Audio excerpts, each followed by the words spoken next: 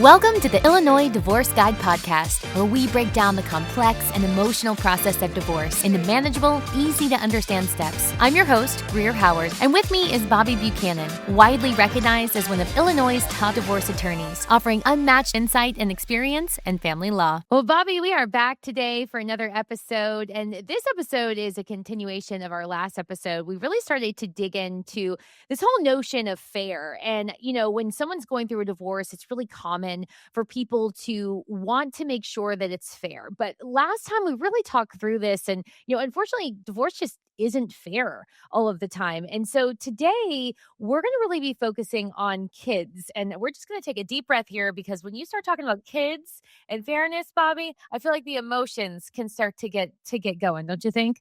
Absolutely. Good to be here. And speaking of kids, I was actually saying to Luke this morning when he found out that he was going back to school today and his sister wasn't, he literally said, "That is not fair." And I said to him, "Buddy, life ain't fair. And divorce isn't fair either." I didn't tell him that part, but that is ultimately what it comes down to. Life isn't fair. Divorce isn't fair. It's not going to work out the way that you ultimately think it should. And fairness is in the eye of the beholder. It's really a very subjective thing. So the more we can get away from that concept, the better, but it's really hard to.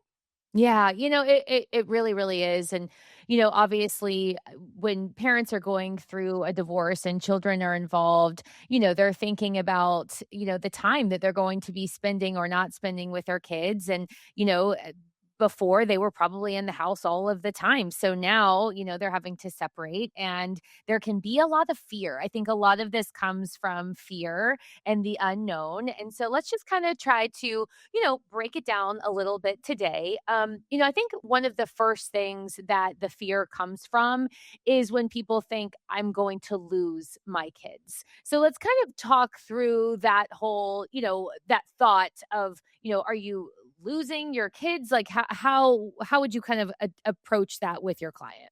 Yeah, the fear is totally normal. You're not going to lose your kids. No one's going to lose their kids unless we're talking about these really egregious cases where there's legitimate psychological or physical abuse going on. But for the vast majority of us, there's going to be a change in our day to day. And we're going from being that single household to a dual household where we are the CEOs of the co-CEOs of the kids, as one of my colleagues says. We're working together now. We're not in a romantic relationship. And hopefully that transition away from being in under the same roof and being in a marriage that is breaking down, and the resentment, the anger, and the toxicity that comes from that, in an ideal world, the divorce is going to solve for some of that. And the people who get through this successfully transition to a place of really just focusing on the kids and figuring out how they can work together to raise them in the best way possible. So yeah, things are going to shift, but it can be for the better. Yeah, let's talk a little bit about that shift. We're kind of, as an overarching theme, we're talking about, quote, fairness, but the court doesn't really bring up the word fair. I don't think you're really going to hear that from a judge, because that's not what they're looking for. They're really looking for the best interest of the kids. So why don't we sort of talk through what would be some of those things that the judge or the court would sort of be looking at of what is in the best interest versus fairness when it comes to divorce? Yeah, absolutely. So the judge isn't going to use the word fair. The word fair isn't found in the law anywhere. It's this bigger concept called the best interest of the child. And you've probably heard this before if you've been talking about divorce or researching custody laws and how they work. Best interest of the child it's a very broad standard. And you could say, well, what I think is in the best interest is going to be different than what my spouse thinks or what the judge thinks. And that could be, but the ultimate idea is that it reframes the analysis from being like, okay, what's fair to me? What's fair to my spouse? What's fair to the children? To what is objectively in the best interest? So to talk a little bit about how a judge is actually going to come to this determination, we have to look at the law. And the law, the statute, the divorce statute, lays out 13 plus factors, more than 13 factors that the judge has to look through. And what a factor is in legal terms is something that the judge looks at and can consider. It doesn't have to be there or not be there. It's not like a black and white thing. It's just the law saying you need to analyze this using these 13 considerations. So to go through kind of the major ones here, the first one is the child's needs. It's not your needs, it's the child's needs. The second one is the child's wishes. Now, that doesn't mean that the child gets to decide where they want to live. And oftentimes when it's older children, they might want to live with the parent who is a little bit more loose around the rules, doesn't make them do their homework as diligently, whatever. So their wishes isn't the end all be all. Your wishes as a parent, those are going to be taken into consideration, but again, not the end all be all. And then one of the most important ones that the judge is going to look at is what's been going on as far as the caretaking in the last 6 months to 2 years. Who's been doing that regular caretaking? Again, that's not the end all be all. So going through all these factors, the judge is going to make this analysis and decide what's in the best interest. But let me just say one final thing about this. If we're putting this in the judge's hands, there's a great chance that we're not going to agree at the end of the day, because the best interest could go so many different ways. So ultimately, my advice is keep this out of the judge's hands. Don't let it get that far. Stay enough on the same side as your spouse as far as that diplomacy and communication that you don't have to toss this up to the judge and just hope and pray that they agree with your rendition of the best interest of the child. Yes, because if you can get past through, some of the emotions that often come with divorce, if the two parents can really come together of what is truly best for the kids, that is what, most likely the parents are going to be able to come up with a better solution than a judge who's never, even met these children. So I think that's always such a great thing to remember, is if you can get some of those emotions out of the way, it's always better to be in control as the parents to come up with what you think a good plan is. And when you were mentioning that there's those 13 things, and I don't know if this is something you could add, but maybe you could put those in the notes so that if somebody wanted to know what those exact 13 things are, that could be like a quick little resource for them, just in case we don't go over every single one, since there are quite a few. Absolutely. We can put that in the show notes. You can also find it relatively easy. If you just Google Illinois custody factors, you'll be able to find the law. And it's really smart to just understand what those factors are, because the court, it's literally what the judge is going to be looking to, what they're going to be talking about. Mm-hmm. One of my favorite factors, and I think one that is powerful and really speaks to the kind of mentality that you should have going into a custody determination, is the judge is going to look at both parents and say, do you have the ability to facilitate a relationship with the other side? And so if you're going to court and it's very clear that you're all about me, I want to get the time, I want the kids more, he doesn't deserve it or she doesn't deserve it, the judge is going to pick up on that, and they're going to point to that factor and say, well, you clearly are not a parent that is going to encourage the child to, hey, go call your mom, or I'm going to be busy this weekend. You want to go hang out with your dad? Oh, hey, your dad has some free time after work today that he doesn't usually have. He wants to take you to the park. Do you want to go? Like, those are the parents that can really get along when they have that flexibility and understand the kid in most situations is dying for the love of both parents. Mm-hmm.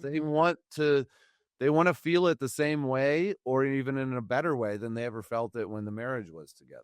Yeah, absolutely. Absolutely. I mean, the child, typically wants to have that relationship with both. And, you forget when you're going through a divorce, your child doesn't have all of those emotions and feelings that you have towards your spouse, and that, their experience is very different. So it's best to be able to try to remove your personal, feelings about your marriage not working out because, the child's just looking at that person like, well, that's my mom or that's my Yeah. dad. And I've heard, and this might be a little pop psychology. I'm sure it's rooted in truth, is that our self-esteem comes from, half of it's from our mom, half of it's from our dad.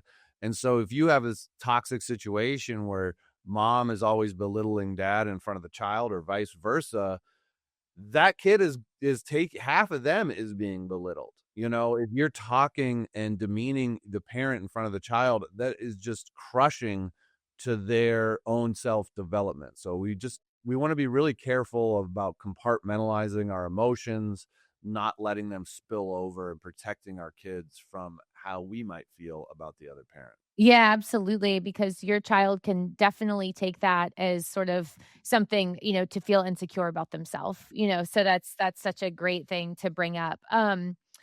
And every situation is different. Let's talk about a couple of different situations today. And we're going to kind of focus on this like fairness versus best interest idea. Mhm. Um, let's talk about a couple different scenarios, right? So let's say that, you have a parent that was a stay-at-home parent versus, that you want equal parenting time. So, some people, what is quote, what are some of the ways that you would see this play out? Um, as far as like what is quote fair, or maybe then also the lens of what is in the best interest. Yeah. Because even a stay-at-home parent, just because you were a stay-at-home parent before, you kind of have to also think about, well, what is your new life going to be? A lot of stay-at-home parents after a divorce aren't always stay-at-home parents anymore. So some of that can change. So what are some of the things that people need to be thinking about if you're kind of coming from that stay-at-home parent, but you're wanting equal parent time? So in the most traditional marriage, there is one parent, usually the mother, who is the stay-at-home parent, and then the father is the breadwinner and the state. And there may have been a decision that they made, especially this day and age. I mean, this is really the decision that my wife and I made, where she said, I want to be the stay-at-home parent.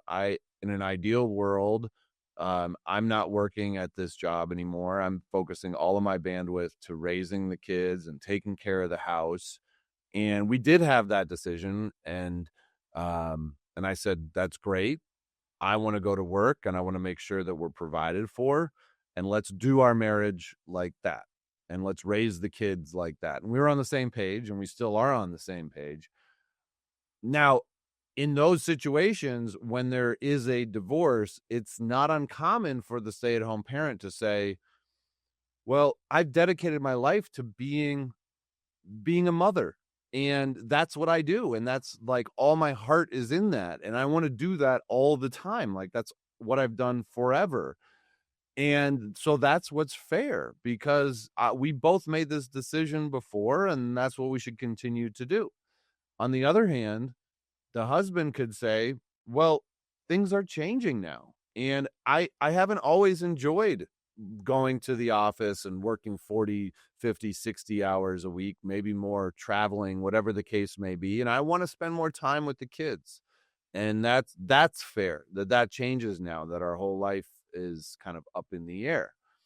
So the court's going to look at it and say, well, what is actually in the best interest of the children? And they're going to say, well, how old are these kids? Where do these kids go to school? What's their needs? What's their community? Their social contacts, all these different things, and make a determination. And they could very easily say, given dad's schedule, that he does have more flexibility now, maybe he changed things around, 50-50 makes sense. Mhm. And the mother might be crushed by that if she's not prepared for the fact that her fairness isn't the same as what's in the best interest of the child, or they could go with the flow. Now, hopefully they don't get to that place, and hopefully people who are listening to this podcast realize that you go down that road. and you have to have a judge decide on these things, it gets really expensive, takes a really long time, is super stressful, unpredictable. I mean, we're talking about having clinical psychologists get involved, guardian ad litems, having psychiatric evaluations sometimes. Like, it's really, really, really stressful and hard. And it's not something that any family needs to go through. Yeah, and, I also think in that scenario too, you have to think about, you gotta get back to that practical side as well as, what is the household what were they making? Because now, you're also talking about having 2 different households, and is it reasonable that the, mom would be able to stay home and not work? Because there would have to be enough income to pay for 2 households. And so a lot of that does, change. And so it's I think whatever your situation was when you were married is not necessarily going to be the situation when you are no longer married. And if you're bringing up fair, that also could be fair. It could be fair that the person who stayed home now needs to go to work because there isn't enough money, for what was once supporting one household to support two, right? So there's, a lot of ways that you can look at this. Now, there's also a lot of people, Bobby. I mean, at least for me and my friend group and, where I am, you know, a lot of people who are married, both spouses do work, or one spouse works part time, or, there is, other streams of income that they are, bringing in. And, I know in my situation with my divorce, we have 50-50, and I always look at like the pros and cons of it, but a big pro I think for me is because I do have to work and provide. Um, I try really hard on the days that I have my son to like shut down work as soon as it's time to like pick him up from school and take him to sports and be with him and make sure he gets help with his homework, and I try to be really really present. But then I also have to work, so the days that he's with his dad, I kinda see those as my days to, like, really grind it out for work so that he isn't, affected, right, by like, his time with me is not, I try to shut down work as much as possible so that when I'm not with him, I can work, if that makes sense. Like, I almost had to readjust my schedule like that, and then I can feel comfortable that I know he's with his dad, he's getting time with him, and so, that has seemed to work really well, in our situation. Absolutely. And I love that they're, if the more creatively we can think about these things and get out of the box of thinking things have to be the same way as they always were, there's a lot of different solutions. And yes, you might have to work, you are going to have to work more, unless we're talking about that 1% of divorces where there's just so much money that um things really don't change much divorce wise, or someone doesn't have to go back to work. Most likely you're going to have to work if you didn't work before when there's a divorce. And like you said, a 50-50 schedule can really open up that possibility in a different sort of way. So I encourage everyone to be kind of creative and solution minded as they look through this, and prepare for the fact that things are going to change. And maybe this is a new opportunity for you to dive back into that career you had, dive into a new career that you've always thought about, or something else. Yeah. Well, as we're talking about work, why don't we talk a little bit about realistically, parents have work schedules, and some schedules, have been flexible, some schedules maybe they're not as flexible. So kind of what are some of your thoughts on, when a parent kind of wants to like punish the other parent, as far as making the parenting time because of a work schedule? How do you work out some of that? Yeah, absolutely. So, of course, first of all, the divorce court is a horrible place for revenge and punishment, and people do see it that way.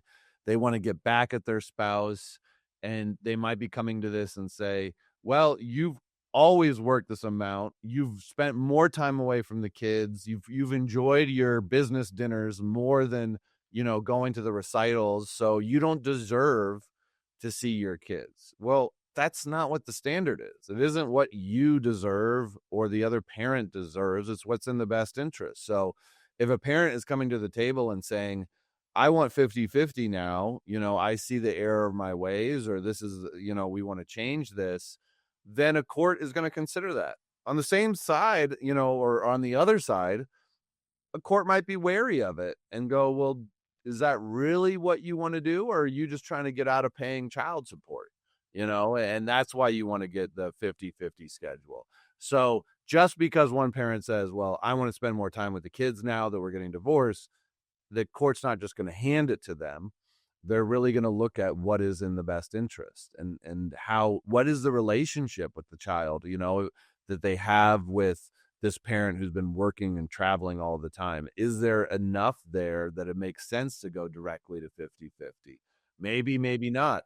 And these schedules can also be modified down the road. So it's possible that you come up with one schedule now, and then as things develop and evolve, the schedule changes down the road. So don't use the court as a tool for revenge, and be prepared for the fact that just because of a work schedule then doesn't mean a work schedule in the future is going to hinder them or stop them from getting more time. Yeah. And, and we're always, trying to remind people that we really are trying to think about, what is in the best interest of the kids. And one of those things to think about is the disruption of the schedule. So, kind of how does that, play into it as far as, the ease of a child kind of going back and forth from, different households? Yeah, I mean, stability is such a huge thing that the courts look at and consider when they're talking about best interests. And going through a divorce for kids is hard enough.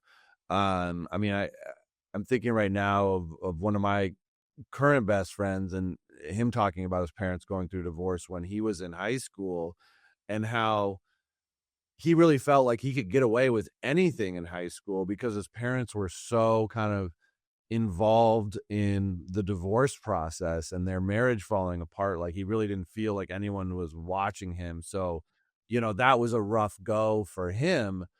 So the more the court can maintain the stability for the child and keep certain things consistent, they're going to do that, especially in cases that get to litigation. I mean, the ones that do get litigated are the most contested ones, are the ones where the parents can't get along that well. And so it's the court's job at that point. And I've seen parents reprimanded in court where the judge sees them bickering back and forth, and they're like, cut it out. What are we doing here? This is about the kids, and you guys are just pointing the finger at each other. So stability, minimizing disruption is incredibly important as far as the best interest of the child. Yeah, and for a couple of people out there, in our situation, I feel like a few things that have really helped. One is like we make sure that our son has like similar clothing at both homes. So like we both have the uniform for school, and we both have similar, like we have like we always get two uniforms for sports. He has the equipment, same sports equipment at both homes. There's just things that you can do as a parent that maybe is inconvenient for a parent, to have to buy the extra or whatever, but then your child doesn't have to stress, about those things. And that's been very helpful. And I remember especially early on, the drop-offs always seemed to go so much better if it was like one dropped off at school and then the other picked up. Especially at the beginning, it was always really hard. If there's ever any tension, it was always hard to like do the shift with each other. Like one person.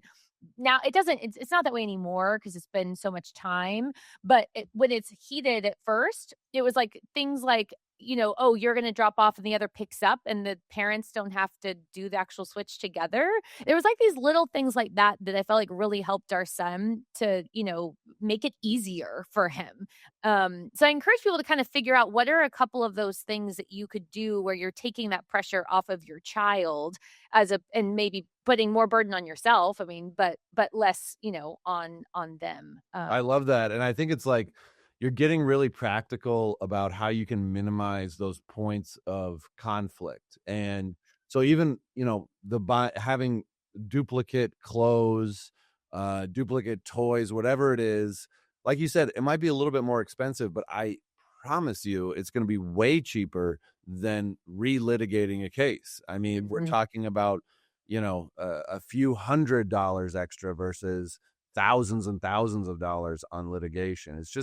It's part of the investment you have to make. And like you said as well, doing exchanges in a neutral place, or even taking away you two having to be in the same place in those early stages where emotions are running a little hotter, is a great way to maintain stability for the kids. I love that. Yeah. Yeah, yeah, and I feel like time over time, like, now it doesn't matter at all, but I just felt like early on it was really helpful, to be doing things like that. Um, okay, let's talk a little bit about, parenting time as a moral judgment. So, feeling like, you caused this divorce, you messed up, so I get the kids and you don't, I have a feeling that, that isn't gonna go necessarily too well if you're trying to play that game in court. Yeah, absolutely not. I mean, I think it's natural to feel that way. The emotions can come into it, and maybe even if there's infidelity that's involved, or maybe there's one parent who's been unwilling to do any sort of marriage counseling and they've just checked out. It's easy to say, well, it's not fair then that you get the kids the majority of the time, or you get the kids 50% of the time. But again, if you look at those factors and you look at what the judge is looking at, none of them is marital misconduct. None of them is bad things that the adults have done. That, again, if you're bringing your mistress around the house and around the kids during the marriage, obviously your moral judgment is severely off, and the judge is going to look at that. But those adult happenings that the kids really aren't aware of, that hasn't affected them directly, it's not going to be taken into consideration. So we got to work through those issues in therapy, or with our family and friends, or just internally, and get them out of our litigation process. Yeah, definitely. And the last one I kind of want to talk about here is overnights, right? And like kind of talking through, when somebody's like, "Hey, it's fair that we have equal overnights." But maybe in reality, one of the parents, it isn't possible. Maybe they like travel a lot for work, or that their work is inconsistent, so things change. Talk a little bit about that, because, quote, they wanna make it fair, but where do we have to weigh that with what we can, like, realistically do? Yeah, I mean, just because we want equal overnights doesn't mean that we're going to get it. And I've had cases where parents, because of their work schedule, they're leaving the house at 5 a.m., so they have to get the kids up at 5 a.m. to get them over to the other parent's house, to get them to school. And they're like, yeah, it's fine. And they're okay with it. But a judge looks at it and go like, no, that's not good for the kids. The kids need sleep. Like, they should be able to Mhm. sleep until 7:30 or whenever it is that they need to get up. So equal overnights is not always in the best interest of the children. Now, again, be creative about it. If you can change your work schedule around, you can change shifts or whatever it is, so that that does open up the possibility. Go ahead and do that. Be proactive in your case to make 50-50 a better likelihood, make those changes. But don't just think that just because you are a parent that you're going to get that 50-50 overnight time. Right. All right. Well, such a great conversation today, Bobby. Before we go, let's just kind of reiterate, we start this conversation with, we're talking about what is fair when it comes to, splitting time with your kids, but really, we know that the court is more interested in what's in the best interest of the kids. So why don't we just kind of summarize before we go, people that want it to be fair, but what realistically they're going to get. Yeah, that, fairness is really about, well, what do I deserve? And best interest of the child is about what's going to make my child be the safest, happiest, most likely to succeed. Where are they going to find their stability? What do they need? And putting yourself in their position and getting your ego out of it and thinking about what is best for them is going to make your case move along a lot smoother. And if you're truly able to do that, there's a very high likelihood that you're not going to end up in front of a judge at all. Yeah. All right. Well, Bobby, thanks so much, as always, for being here with me today. And if you guys need to vent about what you think is fair, feel free to comment below. And if there are any, topics or questions that you want us to discuss in future episodes, please let us know, because we would be more than happy to do that. But Bobby, as always, great to be here with you. And we'll be back next week for another episode. Thank you for listening to the Illinois Divorce Guide podcast. We hope today's episode gave you clarity and support as you move forward on your journey. If you found this episode helpful, please subscribe, rate, and review us on your favorite podcast platform. Tune in next week for more insights and expert advice on the Illinois Divorce Guide podcast.